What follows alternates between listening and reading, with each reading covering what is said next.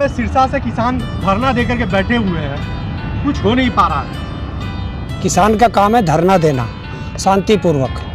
होने को क्या होगा? अपनी मांग है, किसान अपनी मांग के लिए वहाँ बैठा है। ये सरकार को देखना है कि जिसको हमने चुन के भेजा वो महलों में बैठा है और जो वोट देने वाला है वो सड़कों पे बैठा है। ये है भारत का लोकतंत्र, जिस लोकतंत्र में ये नेता हैं। लेकिन आप बॉर्डरों पे थे, अब बॉर्डरों से जगह जगह जाकर धरना दे रहे हैं, और ये आप आखिर में आपकी अब मंशा क्या है? देखिए, धरना तो हमारा हजारों जगह चल रहा है भारत के अंदर। हम लोग, जो लोग वहाँ से मध्य प्रदेश से यहाँ नहीं आ सकते, जो महाराष्ट्र से यहाँ नहीं आ सकते, वो लोग वहाँ धरना दे रहे हैं। तो हमें तो शांतिपूर्वक अपना धरना दिखाना है। जो हमारी मांग है वो हम यहाँ रह के मांगे, चाहे कलकत्ता में रह के मांगे, चाहे मद्रास में रह के मांगे, चाहे बम्बई में रह के मांगे। मांग तो मांग है।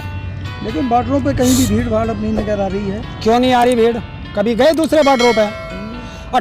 18 किलोमीटर लंबा तो आपको मिलेगा टिकरी बॉर्डर। मैं आज वहीं से आया हूँ। और जो बताते हैं लोगों की कमी है, लंबाई की कमी नहीं है। लंबाई तो गाजीपुर। अरे 18 किलोमीटर में आदमी तो बस रहे हैं वहाँ, जानवर थोड़े बांध रखे हैं। और जो बराबर में सड़कें हैं 2-2, 3-3 किलोमीटर उन पे है। नहीं, ऐसा भी कहा जा रहा है कि जो किसान थे अब नहीं यहाँ पर हैं, जो गिने चुने लोग हैं किसान नेता वही रह गए हैं गाजीपुर बॉर्डर पर। चलो आप लोगों ऐसा मान लीजिए, छेड़ के देख लो, पता चल जाएगा। चंडीगढ़ में किसानों का अरेस्ट किया गया है और उसमें 13 साल का बच्चा भी है। धन्य है वो बच्चा, सल्यूट करता हूँ उसे। 13 साल के भारत माँ के लाल को, जो अपने मातृभूमि के लिए, अपने किसान भाइयों के लिए और अपनी जमीन बचाने के लिए 13 साल का बच्चा मैदान में कूद गया है और उसे अरेस्ट किया गया है। और उस बच्चे के शब्द आज दुनिया ने सुने होंगे, नहीं सुने होंगे तो शाम तक सुन लेगा। उस बच्चे ने कहा है कि जेल जा रहा हूँ, अगर मैं मर गया तो मेरी लाश सिंधु बॉर्डर पे पहुंचा देना। अरे डूब के मर जाए देश का प्रधानमंत्री और डूब के मर जाए देश का गृह मंत्री, कि अब बच्चों को भी पकड़ेंगे, बच्चों पे भी जातियां करेंगे। तो उस बच्चे ने आज देश में भगत सिंह का जन्म ले लिया है और उसे मैं देश का भगत सिंह कहूँगा। दूसरा, ट्विटर पे वो बच्चा अभी ट्रेंड करने लगा है। आप बोलते हैं कि शाम तक ट्रेंड करेगा। देखिए, मैंने ट्रेंड की बात नहीं कही, मैंने कहा कि शाम तक उसे दुनिया देख लेगी। देख लिया कि भारत माँ का दूसरा भगत सिंह पैदा हो चुका है। तो वो आज भगत सिंह आया है मैदान में, एक दिन उधम सिंह भी आएगा, ये ध्यान रख लेना। फिर से आप लोग हरियाणा में परेशान है, चंडीगढ़ में परेशान है। किसान तो जीवन भर से परेशान है, आज ही कोई नया परेशान थोड़ा ही है। यहाँ तो जौन सी सरकार आती है वही परेशान करती है। इसने ज्यादा कर दिया क्योंकि इसने फांसी का फंदा लिया है। चटुरी जी और राकेश टिकैत जी अभी हरियाणा में ही गए हुए हैं। अरे जाएंगे नहीं। उन्हीं सब जत्थेदारों के आदेश पे तो सारा किसान यहाँ पड़ा है, पूरे भारत का किसान पड़ा है। उनकी एक आवाज़ पे पूरे देश का किसान निकलता है। तो जब उनके बुलावे पे हम लोग आते हैं और हमारे ऊपर कोई मुसीबत आएगी तो हमारे नेता इन नेताओं की तरह नहीं है, राजनेताओं की तरह। कितनी जगह धरना देंगे आप लोग? यहाँ पे धरना दे रखा है। हिंदुस्तान में हर जगह धरना होगा, जहाँ बिल्कुल चंडीगढ़ हरियाणा में तो धरना दे ही रखा आपने। बिल्कुल, दिल्ली के चारों तरफ के बॉर्डर को घेर रखा है। बिल्कुल, पूरे देश में कहाँ धरना देंगे? जहाँ जहाँ सरकार नहीं सुनेगी वहीं वहीं धरना चलेगा। तो धरना ही देना बचा हुआ है आप क्या? और किसी नहीं, ऐसा नहीं है, काम बहुत है। खेती भी कर रहे हैं, आंदोलन भी कर रहे हैं। जब देश की आज़ादी की लड़ाई थी तब ये नहीं पूछता था कोई कि आज़ादी की लड़ाई में ये दीवाने कहाँ जा रहे हैं। लड़ाई कहाँ तक करनी है? जब तक देश आज़ाद ना हो जाए, जब तक तीनों काले कानून वापस ना हो जाएं, जब तक एमएसपी पे गारंटी का कानून ना बन जाए, तब तक ये धरने जारी रहेंगे। पहले आप कहते थे कि यूपी चुनाव तक कोई ना कोई हल निकल आएगा, हम यूपी चुनाव में मशक्कत करेंगे। देखिए, हम लोग आशा कर रहे थे, लेकिन हमें नहीं पता कि एक ऐसा अंग्रेजों का छोटा भाई गद्दी पर बैठ गया है जो अंग्रेजों के कानून आज हम पे थोप रहा है। जो आज़ादी के समय हमारे देशभक्तों के खिलाफ अंग्रेज सरकार लगाती थी देशद्रोह का मुकदमा, आज वो देशद्रोह का मुकदमा किसानों पे लग रहा है। तो आप कैसे कह देते हो देश आज़ाद है? देश आज गुलाम है। तब अंग्रेजों के गुलाम था, आज काले अंग्रेजों के गुलाम है। तो इसलिए ये आज़ादी की दूसरी लड़ाई है और हम पूरे भारतवासी लड़ करके इस देश को आज़ाद कराएंगे, ये वो काम करना। लेकिन वो तो 1861 का कानून बना हुआ और अभी तक वही चल रहा है। तो 1861 में कौन थे? अंग्रेज।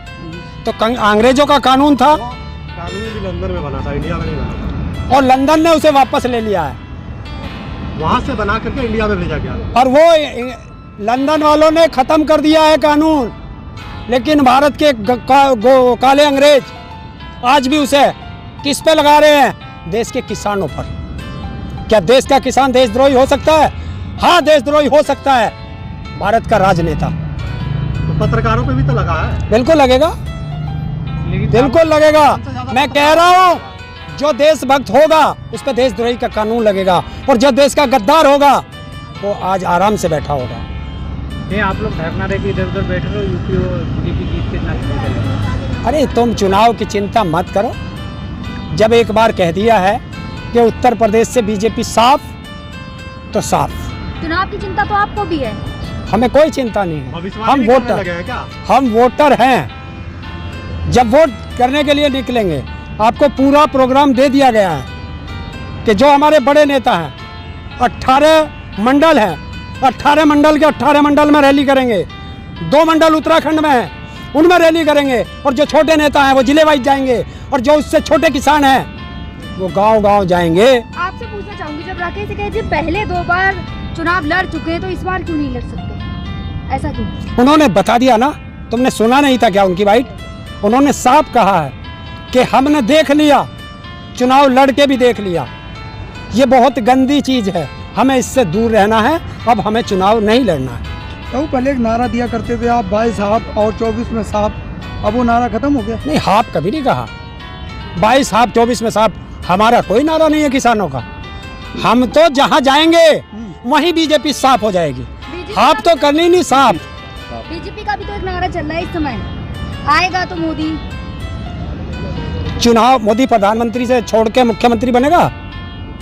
जब यही तो बनेंगे ना दोबारा। यही तो पढ़े लिखे और अनपढ़ की बात होती है। यूपी में 10 स्मार्ट सिटी बन गया, आप बोले जीतेंगे। कौन सा स्मार्ट सिटी बनाएगा? देगा नाम बता दो। बनारस कब है? 3 का नाम बता दिया आपको। शर्त लगाओ, कागजों में तो कभी सारे देश को बना दो तुम स्मार्ट सिटी। जमीनी हकीकत पे आके बताओ दिल्ली से लखनऊ और मेरे साथ चलना, तो मैं लखनऊ में दिखाऊं कि आप वहां ढूंढते रह जाओगे कि सड़क गड्ढों में है या गड्ढे सड़क में है। अगर ऐसा ना हो तो गर्दन वहीं काट देना चौराहे पे। 1500 करोड़ का प्रोजेक्ट बनारस में मोदी लेके आए। हाँ, देख, उद्घाटन कर देखिए। अगर कोई दीवार टूट गई वो बनवाई गई है तो उसका उद्घाटन मोदी कर रहे। सीवर लाइन की रिपेयर कराई गई है, उसका उद्घाटन मोदी कर रहे हैं। अरे ये बताओ 7 साल में कितने यूनिवर्सिटी बनाई, कितने एम्स बनाए, वो बताओ। वो मोदी तो आप एम्स की बात कर रहे हैं, वही शिक्षा की बात कर रहे हैं। जिस मुद्दों पर चुनाव ही नहीं हुआ तो आप उसकी बात क्यों कर रहे हैं? चुनाव तो हुआ ही नहीं था ना। चुनाव तो विकास पे हुआ। चुनाव तो विकास पे भी नहीं हुआ, खाली राम मंदिर पे हुआ था, तो आप उसकी बात कीजिए। एक राम मंदिर पे चुनाव हुआ था? वोट तो आपने राम मंदिर पे ही दिया था ना। कौन कह रहा तुम्हें राम मंदिर के अलावा कोई शब्द है? जिस दिन से तू आंदोलन में पत्रकारिता करने आई है सिर्फ एक राम मंदिर के मुद्दे पे तुम बात करते हो। और आप यूपी के लोग वोट भी तो उसी पे देते हैं। वोट भी तो हमने उसी मुद्दे पे दिया था ना, राम मंदिर पे। हमने विकास तो चलिए मैं तेरी बात मान लेता हूँ, राम मंदिर के मुद्दे पे वोट दिया, राम मंदिर का किस्सा खत्म। तो क्या बच्चों को शिक्षा नहीं देनी? तो बात हम अब की तो बात कर रहे, राम मंदिर का मुद्दा खत्म। तो अब देश हित अब अगली बात कर। अब तो देश हित का आ गया। हाँ, तो देश हित की बात कर रहे। हम यही तो कह रहे हैं कि देश बचा लो, मौका है, बीजेपी एक धोखा है। हाँ, तो बीजेपी वाले बचा रहे हैं ना देश। क्या बचा रहे? अब देश हित में महंगाई बढ़ गई है, देश का देश हित नहीं हो रही है ना। देश हित में महंगाई बढ़ती है, देश हित में महंगाई बढ़ती है। जब महंगाई हो रही है तो ये क्यों बना रहा है अपना मकान? क्यों 1500 करोड़ की करके आया? जाएगी तभी तो नहीं मकान- जब सुप्रीम कोर्ट में हलफनामा दे सकता है कि कोविड में मरने वालों के लिए हमारे पास पैसा नहीं है, तो फिर बताइए 1500 करोड़ वहां किसके कहां से देगा? 1 लाख करोड़ किसानों के नाम पे झूठ बोल दिया, कहां से आएगा ये पैसा? विकास के लिए कर रहे हैं ना, दिल्ली में बांटने के लिए थोड़ी 1500 करोड़ दिए होगा। और वो तो विकास होगा ना वहाँ। अच्छा, वो विकास होगा जो दिल्ली की सड़कों पे चमचमाती मेट्रो में और सड़कों पे उत्तर प्रदेश के बैनर लग रहे हैं, पोस्टर लग रहे हैं, वो पैसा कौन सा विकास है भाई? पता काम हो रहा उत्तर प्रदेश में, बताओगे दिल्ली में? तो क्या काम हो रहा उत्तर प्रदेश में, बताओगे कर्नाटक में? चाहूंगी जिनसे वोट लोगे उन्हें तो बताओगे नहीं, और जिनसे वोट नहीं मिलेगी उत्तर प्रदेश के नाम पे उन्हें और बेवकूफ बनाने जा रहे हो। क्यों? कि कर्नाटक का आदमी उत्तर प्रदेश में आकर देखेगा नहीं, दिल्ली में भी वो इस तरह बेवकूफ बनेगा जिस तरीके से पूरा भारत गुजरात मॉडल पे बेवकूफ बना था।